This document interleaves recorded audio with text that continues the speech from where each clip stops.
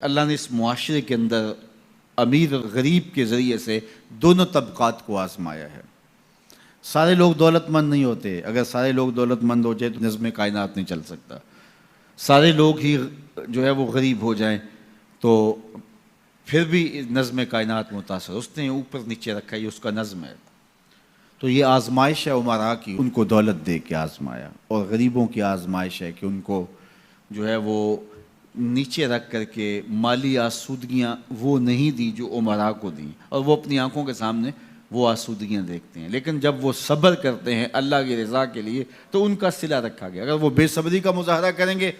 تو کر پھر بھی کچھ نہیں سکتے، لیکن پھر اجر نہیں ہے۔ لیکن اگر وہ صبر کر لیتے ہیں کہ یہ اللہ کی تقسیم ہے کہ ان کو زیادہ دیا۔ عمومی طور پہ یہ ہوتا ہے کہ جن کے پاس زیادہ نہیں ہے وہ زیادہ دیے گئے لوگوں کے ساتھ حسد میں مبتلا ہو کر کے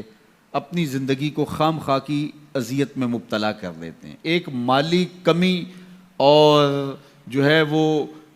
ایک ضعف ان کے پاس موجود ہے، اور دوسری یہ بیماری اپنے ساتھ خود جوڑ لیتے ہیں، تو گویا وہ دو آتشہ تکلیف ہو جاتی ہے ان کی۔ تو وہ ایک مالی ضعف میں مبتلا ہیں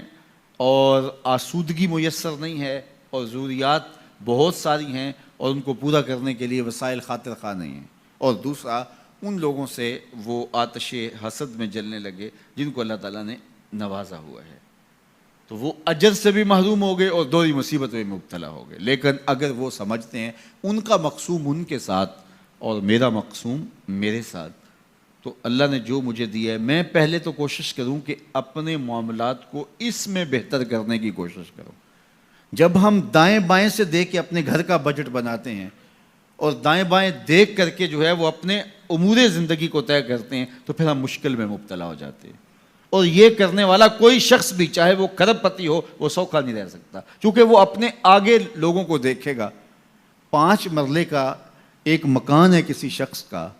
اور وہ اس کو آسودہ سمجھتا ہے، لیکن اگر وہ اپنے رشتہ داروں، عزیزوں، اپنے دوستوں کو دیکھے کہ وہ 2 کنال کے بنگلے میں رہ رہے ہیں تو وہ 5 مرلے کا مکان سکڑنے لگے گا، اس کو تنگ لگے گا، اس کے اندر اس کی سانس گھٹنے لگے گی۔ لیکن اگر وہ دیکھے کہ میرا فلاں رشتہ دار 3 مرلے کے گھر میں رہتا ہے وہ بھی کرائے کا ہے، تو اس کو وہ گھر ہی محل دکھائی دینے لگے گا۔ اس لیے میرے حضور نے فرمایا کہ اپنے اوپر دیکھو گے تو اوکھے ہو جاؤ گے۔ انظروا الی من هو اسفل منکم، فرمایا اپنے نیچے دیکھو، نیچے دیکھو گے تو زندگی سوکھی ہوگی، اوپر دیکھو گے تو زندگی اوکھی ہو جائے گی۔ اس لیے تمہیں جو دیا گیا اس پر مطمئن رہنے کی کوشش کرو، اس سے اجر بھی ملے گا، اور پھر اپنی چادر کو دیکھ کے ٹانگیں پھیلاؤ گے تو آسودہ رہو گے۔ اللہ اکبر۔ سنو سیدنا علی المرتضیٰ رضی اللہ تعالیٰ عنہ حضور کا ایک فرمان ذکر کرتے ہیں کہ آقا کریم نے فرمایا جو اللہ کے دیے گئے تھوڑے رزق پہ راضی ہو گیا، اللہ قیامت کے دن اس کے تھوڑے عملوں پہ راضی ہو جائے گا۔